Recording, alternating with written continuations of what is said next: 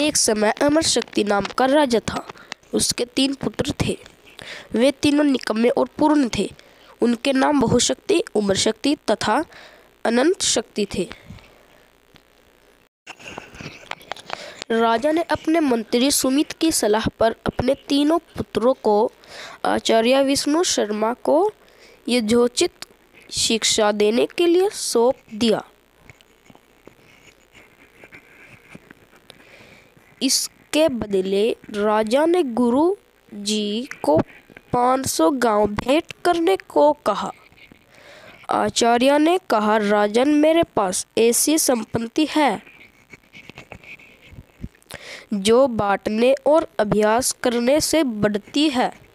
मुझे तो चिंता सिर्फ इस बात की है कि आज राजपूत ऐसे है तो कल का राजा कैसा होगा। गुरुजी ने बिना कुछ लिए लोकहित के लिए 6 महीने में ही राजपुत्रों को ज्ञान एवं राजनीति सिखाने का वचन दिया। विष्णु शर्मा राजपुत्रों को वन में स्थित अपने आश्रम में ले गए। वह प्रतिदिन एक नई कहानी सुनाकर उन्हें ज्ञान और नीति की शिक्षा देने लगे। एक दिन उन्होंने कहानी सुनाई। एक गांव में 4 मित्र रहते थे। उनमें से 3 ने बहुत सी विद्याएं पढ़ी थी। इन विद्याओं पर उन्हें बड़ा अभिमान था,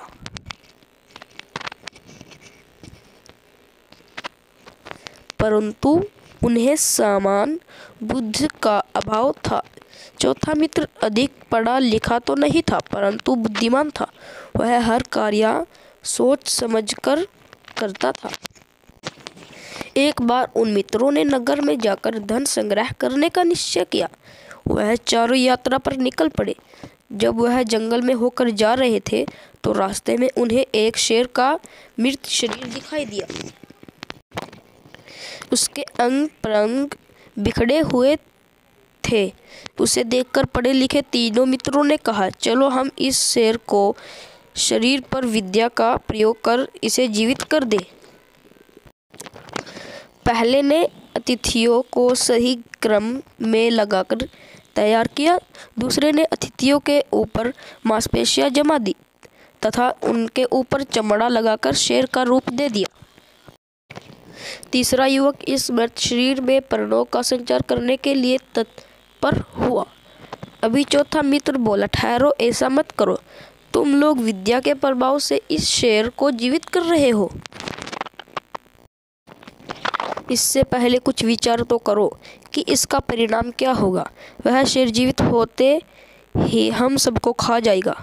विद्या के अभिमानों इन युवकों को अपनी विद्या का प्रदर्शन करना था। उन्होंने उसकी बात नहीं मानी। तब उस चौथे मित्र ने कहा, यदि तुम्हें अपनी विद्या का चमत्कार दिखाना है तो दिखाओ।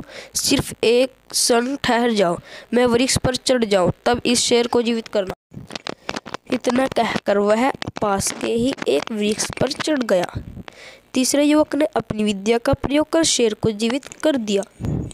शेर ने अपने सामने 3 युवकों को खड़े देखा। उसने हवा में पूंछ हिलाई। उसकी दहाड़ से सारा जंगल गूंज उठा। शेर ने झपट कर उन 3 को मार डाला। शेर के जाने के बाद चौथा युवक पेड़ से उतरा। उसने सोचा कि छात्रों और विद्या में कुशल होना ही पर्याप्त नहीं है, लोग व्यवहार की बातें समझने तथा अच्छे बुरे की पहचान होना भी जरूरी है, अन्यथा वह शक्ति अपना ही विनाश कर सकती है। इसी प्रकार ही की बहुत सी कहानियां आचार्य विष्णु शर्मा ने राजकुमारों को सुनाई। इस तरह राजकुमारों का ज्ञान तथा योग्यता बढ़ने लगी।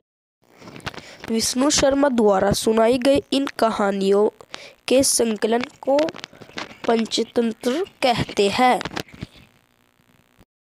दोस्तों, वीडियो कैसी लगी कमेंट करके जरूर बताएं। वीडियो को लाइक करें, चैनल को सब्सक्राइब करें। धन्यवाद।